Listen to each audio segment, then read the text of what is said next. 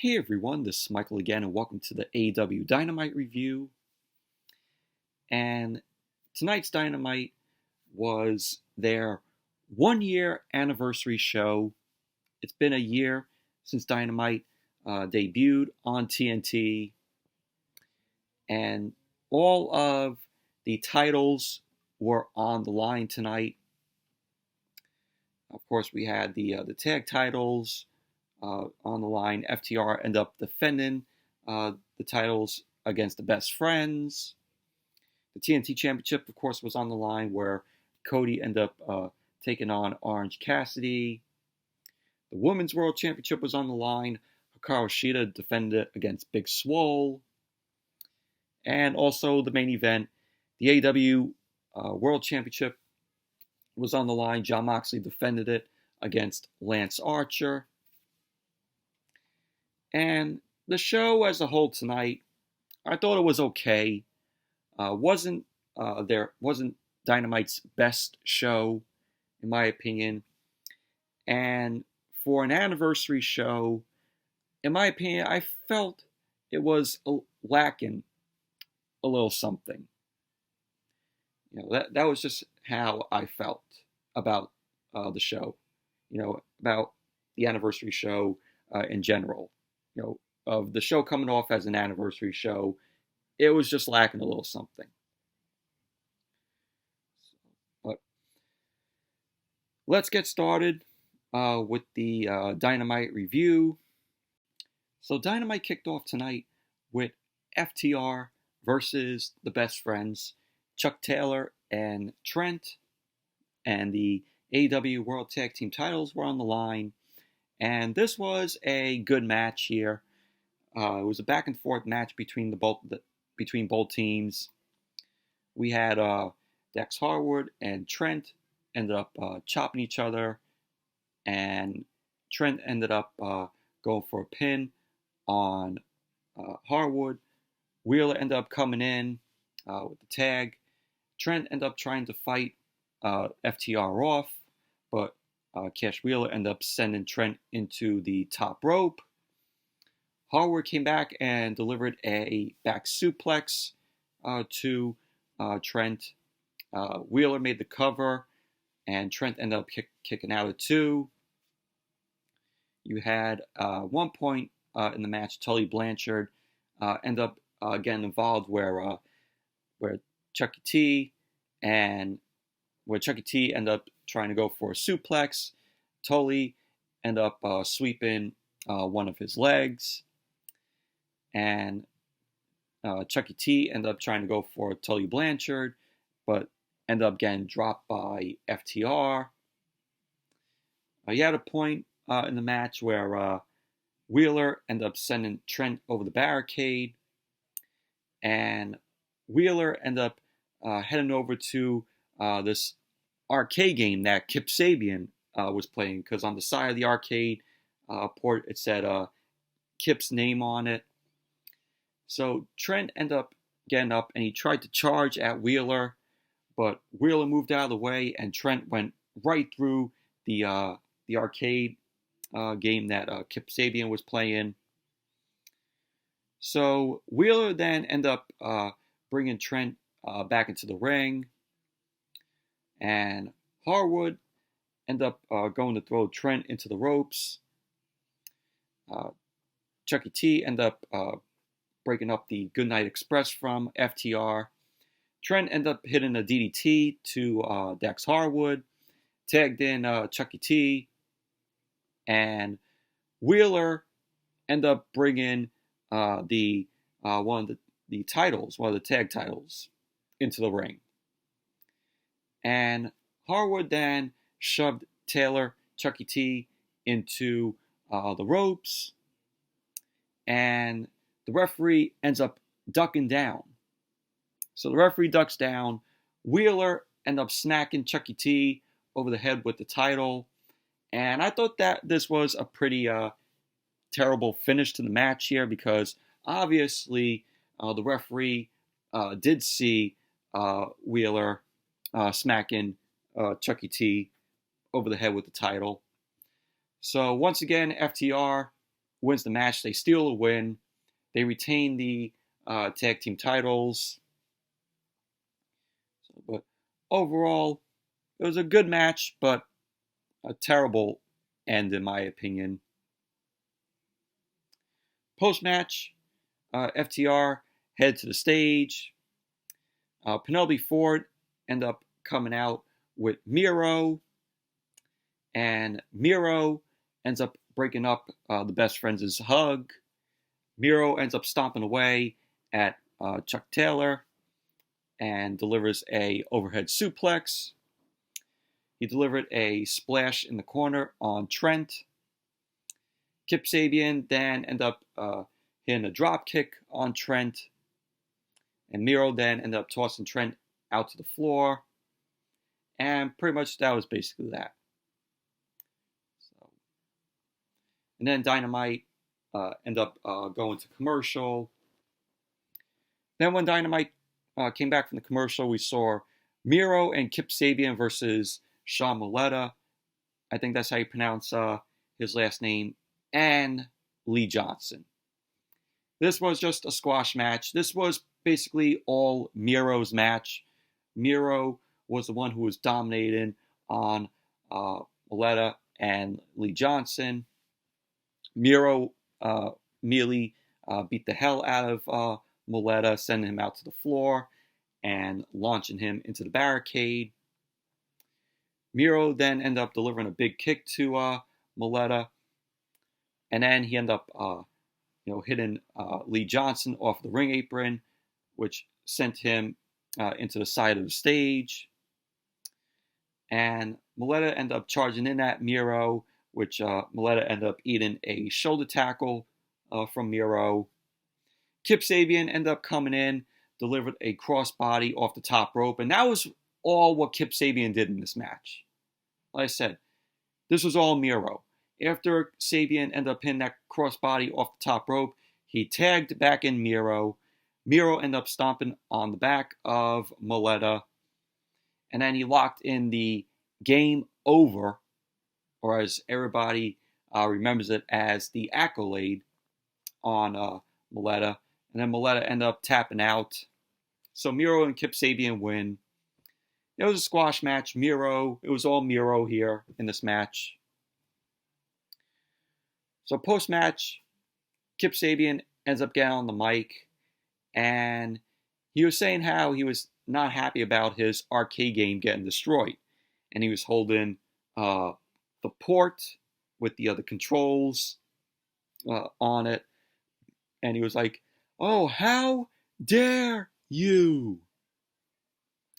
So then Miro ends up taking the mic, starts yelling in his language.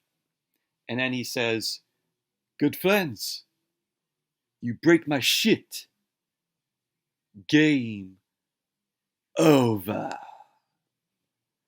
So that was how Miro said it, though. But that was a pretty terrible impression I did of Miro. So, but overall, I found that funny when he was like, "You break my shit." So. But that was that. And then we immediately went backstage and we saw Lance Archer was beating up on Jon Moxley. Archer was throwing punches to Moxley, slamming Moxley's head against the table.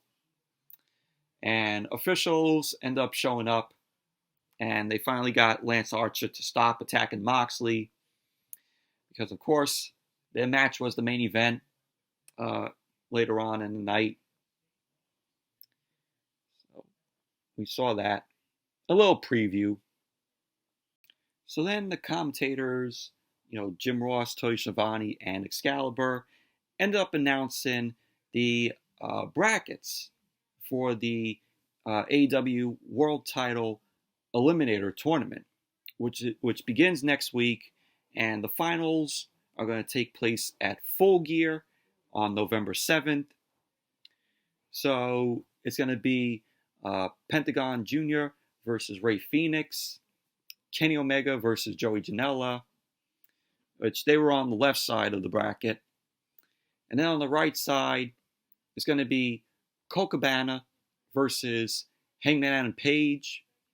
And then Wardlow versus Jungle Boy. So the tournament's, like I said, is going to be taking place next week. And the finals is going to conclude at Full Gear on November 7th. So this tournament is going to be pretty good here. Then we went to MJF coming out. MJF came out along with Wardlow, and MJF was having this big announcement. So they both got in the ring. MJF got on the mic, and he ended up calling out Jericho to the ring. So Jericho came out along with the rest of the Inner Circle, and the Inner Circle was wearing the jackets that MJF ended up giving them. So we saw that Sammy Guevara finally has a jacket, and he wasn't wearing it.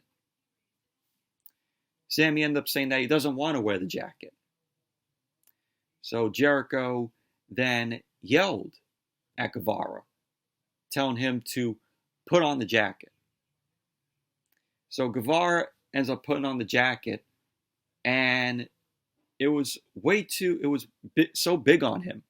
I think it might have been like a large or a 2X that Guevara was wearing, the jacket. Like the jacket could have been like, like I said, a large or a 2XL or maybe even more. But it looked awfully big on Guevara. So MJF ended up joking with Guevara about the size of the jacket that he was wearing. And MJF was like, "It fits like a glove, little buddy. Looks great." So then MJF went on to complimenting Jericho's physique in the ring. And he was complimenting Jericho's hair. And he ended up asking Jericho if he could touch the hair. And Jericho ended up giving MJF the okay for MJF to touch his hair. So Jericho ended up telling MJF to cut the shit. And he wants to hear what's MJF's big announcement. MJF ended up saying that the two biggest minute-to-minute rating grabbers are him and Jericho. He ended up bringing up Animal Planet. And MJF ended up saying that you'll never see two piranhas eating each other, just like him and Jericho. He ended up saying that they are predators, just swimming around prey in AEW. And then Jericho was like, "Oh, I hate Animal Planet." I'm like, who watches Animal Planet? Who does? But MJF ended up saying that those around them are adapting, though. And to stay ahead, they need to do the same. So MJF ended up saying that it's possible that he kind of, sort of, wants to join the Inner Circle. So Ortiz ended up taking the mic. Ortiz ended up saying that they don't want MJF in the Inner Circle. So then Jericho ended up jumping in, ended up saying that they have to discuss things as a group. So Jericho ended up saying that why don't he and MJF meet for a steak dinner next week? So, they were getting serious here. It was like they were hyping up a match between the both of them. MJF ended up saying that you're on. So they were like, "Oh yeah, I'll see you at the restaurant next week." So that was that. But it was a good segment. MJF, every time he's comes out and gets on the mic, like I say, you gotta listen to what the guy says. Guy is good on the mic. I mean, you have And also you have two guys who are, awesome in the ring. You got Jericho and you have MJF. When you see those two, you know it's going to be good.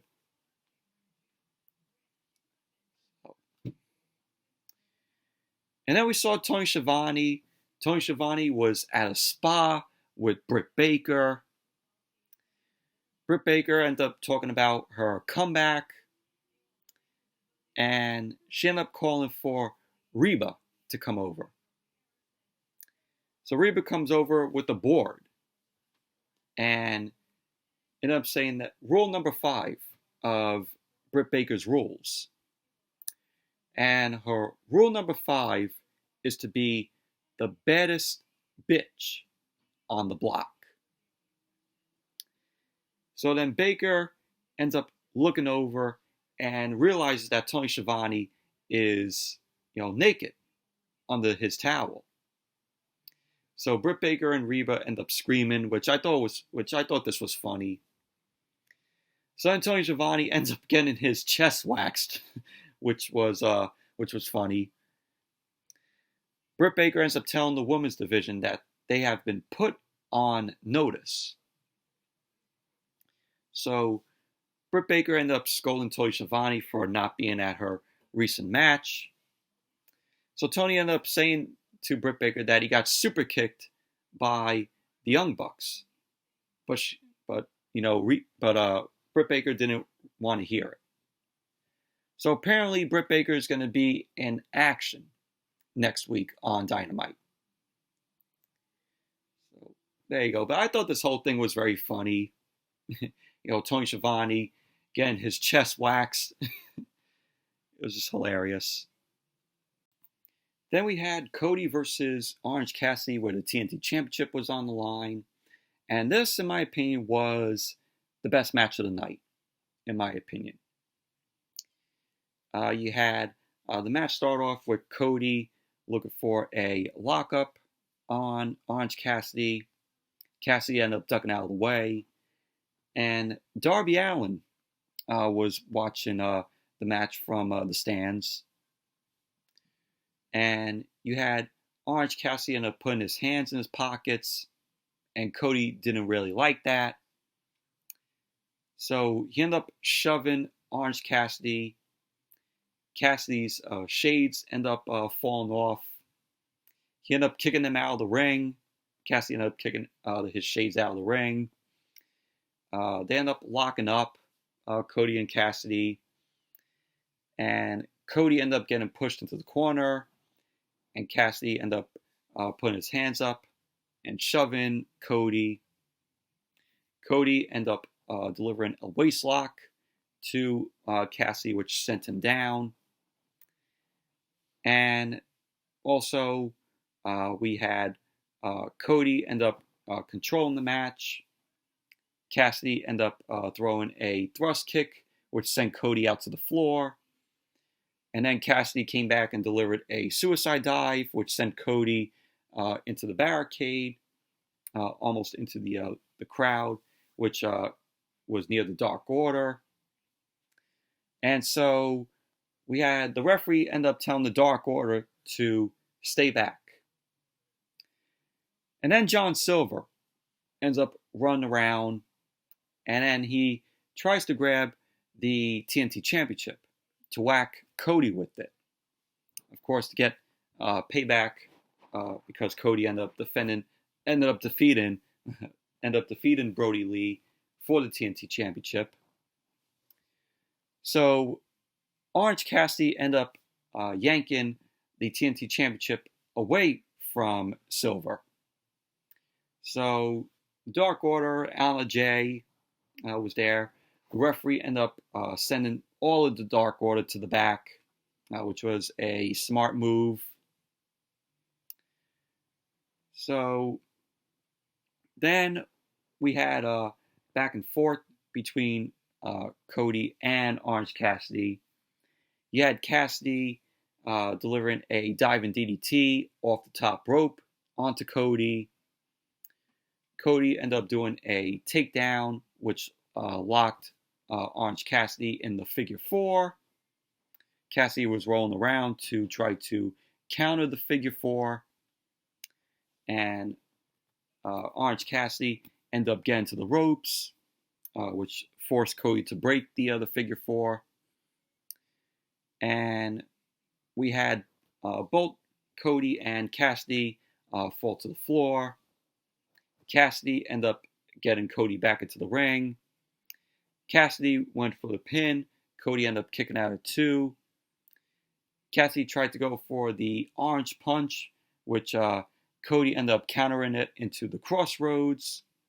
But Cassidy ended up doing a swinging DDT and a beach break to Cody. Went for the cover. Cody ended up kicking out at 2. And it was less than a minute left in this match. And Cassidy ended up going for the orange punch, but ended up getting a pin by Cody.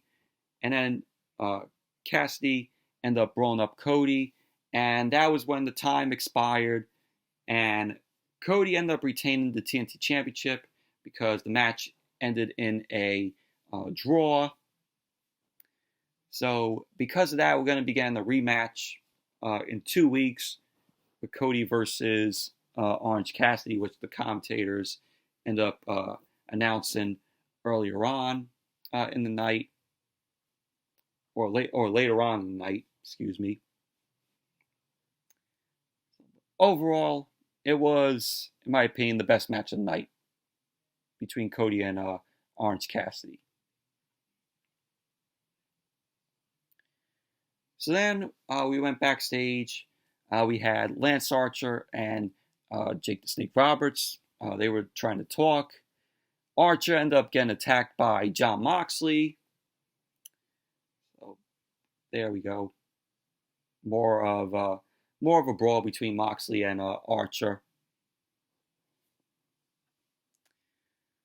So then Tony Schiavone was in the crowd. He was with Matt Hardy. Matt Hardy was with, of course, his family. Matt Hardy announced that he's healthy and that he's cleared to return to the ring. So, in the background on the screen, we see someone wearing a hood, and there was a bunch of Matt Hardy's photos on fire.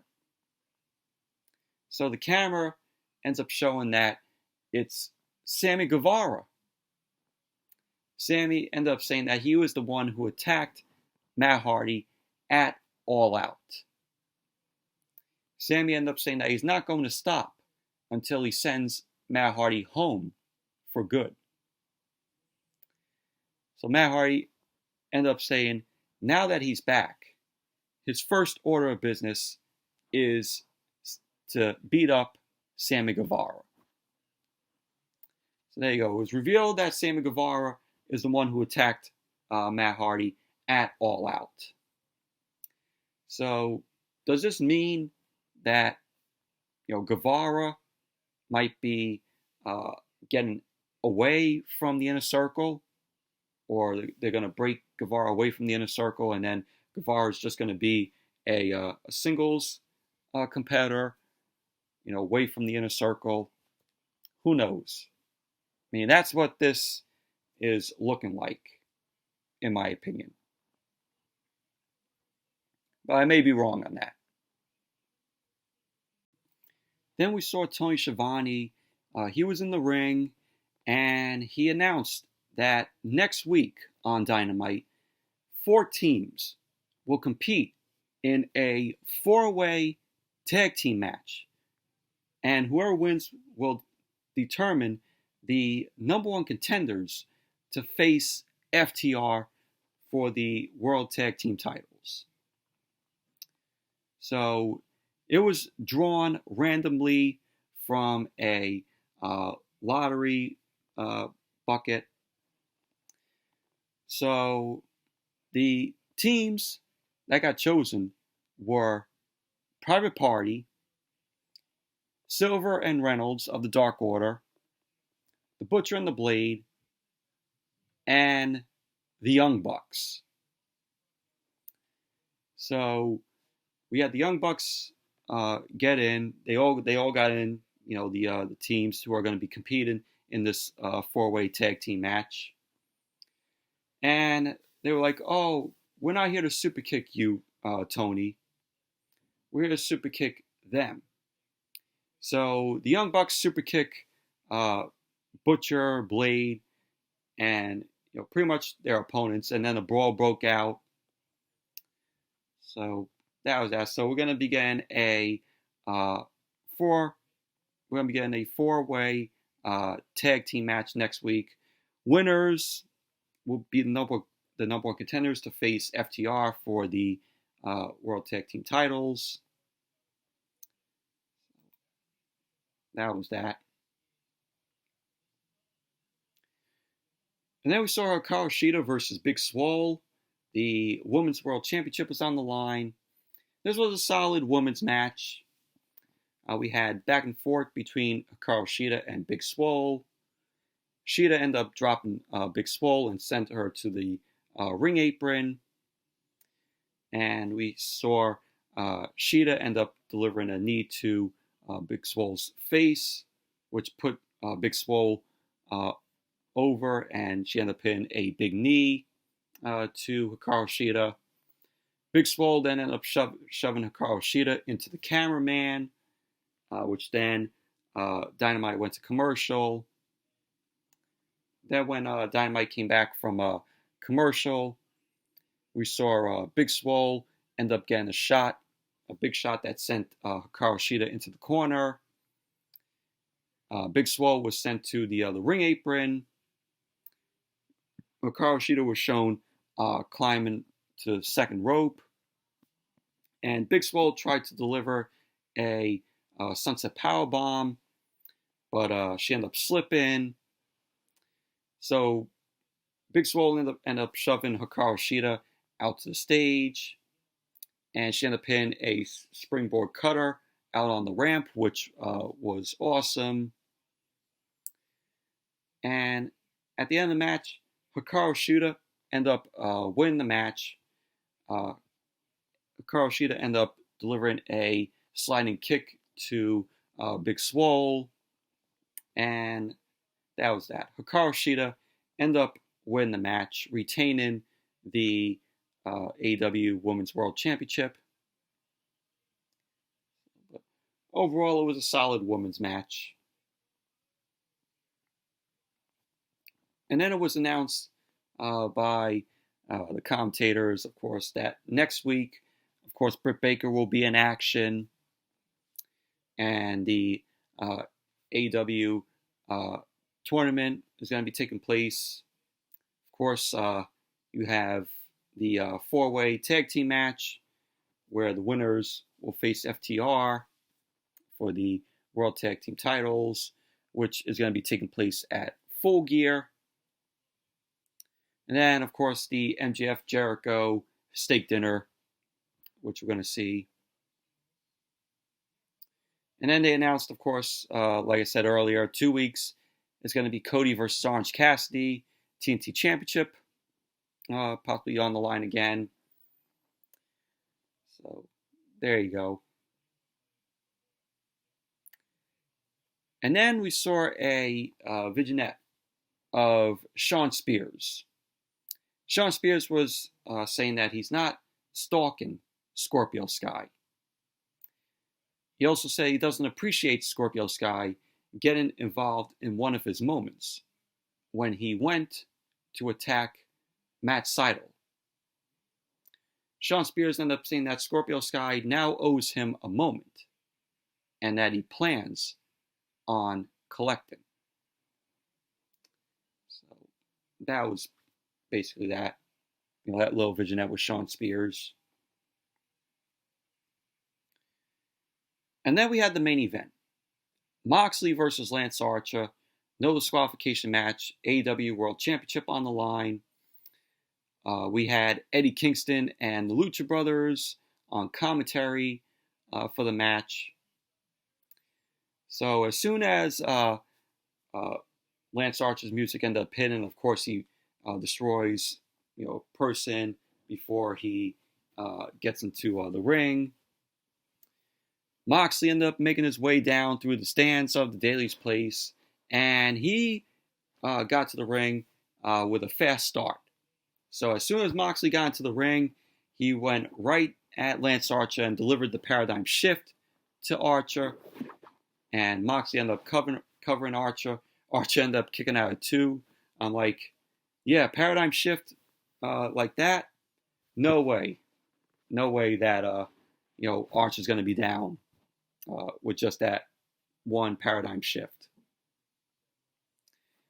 So Moxley ended up trying to go for another paradigm shift, but Archer ended up shoving Moxley out to the floor. Moxley was sent into the barricade by Archer. Moxley ended up delivering a clothesline on Archer in the ring. And he was throwing elbows to Archer, which ended up taking out Lance Archer. Moxley went out to the floor. Archer ended up delivering a cannonball senton to Moxley. And Archer was then shown setting up 2 tables outside the ring. So he saw both Moxley and Archer on the ring apron. Moxley sent Archer back into the ring. Moxley ended up going up to the top rope. He ended up leaping off the top, but got caught by Lance Archer. And Moxley ended up eating a back elbow from Archer. Archer was delivering forearms to Moxley. And Moxley ended up delivering a German suplex to Archer. Moxley ended up then getting out of the ring. He head out to the floor. He was throwing chairs into the ring. And Moxley ended up sending a chair straight at Archer. And Moxley was then slammed through 2 chairs by Lance Archer. We also saw Lance Archer ended up putting a chair around Moxley's neck. So Moxley was Lance Archer was looking to hit the chair with another. And Jake Roberts ended up pulling Archer out to the floor. Moxley ended up going for a suicide dive. And he ended up getting hit by a trash can. So Moxley and Lance Archer were on the ring apron again. They were near the tables, the 2 tables that were set up outside of the ring. Moxley then low-blowed Lance Archer. And that gave way for Moxley to deliver the paradigm shift through the 2 tables. So Lance Archer and Moxley went through the 2 tables. Moxley then delivered another paradigm shift, which he went for the cover. Archer ended up kicking out at 2. Moxley went right into the Bulldog choke onto Lance Archer. And we saw Archer end up hitting a DDT to Moxley, which threw him into the corner. Moxley ended up countering, and he ended up getting the 3 count. So Moxley ended up winning the match, retaining the AEW World Championship. But overall, it was a good match between Moxley and Archer. Post-match, Archer ended up kicking Moxley, and then Kingston ended up telling Phoenix and Pentagon to help him up, to help Moxley up. Phoenix then ends up hitting Lance Archer with a chair, which didn't do that much to Lance Archer. So Lance Archer ended up heading to the back. Kingston was on the mic, and he ended up telling Pentagon not to hit Moxley. So Kingston ended up telling the crowd to give it up for Moxley. Kingston ended up saying that they have known each other since 2009 and that they've gone through a lot together. Kingston went on to say that they had a great match, both him and Moxley, a few weeks ago. Even though he didn't tap out to the Bulldog choke. Kingston ended up saying that it's been 1 year and Moxley has carried this company. First Jericho, started this company. He was the AEW World Champion. And now a year later, Moxley is the World Champion. So Kingston ended up saying that he's proud of Moxley. He ended up raising Moxley's hand. And then we see Kingston end up throwing a back fist to Moxley. He then ended up locking Moxley in a rear naked choke. The Lucha Brothers were keeping the officials, the referees back. And, Kingston still had the rear naked choke on Moxley. And he ended up putting Moxley to sleep. Kingston then ended up taking the World Championship and ended up saying that he never tapped and that he never quit against Moxley. So that was basically how Dynamite went off the air tonight. But anyways, that's it for the Dynamite review. Thank you all for watching. Hope you all enjoyed this review. And definitely give the video a thumbs up, comment, subscribe. And I will see you all back here tomorrow doing that birthday stream, that live birthday stream. I'm going to answer the Q&A questions that you guys sent in my previous video. Show some other stuff. Do a DVD, Blu-ray, 4K update in that stream. So just hanging out with you guys tomorrow, on my birthday.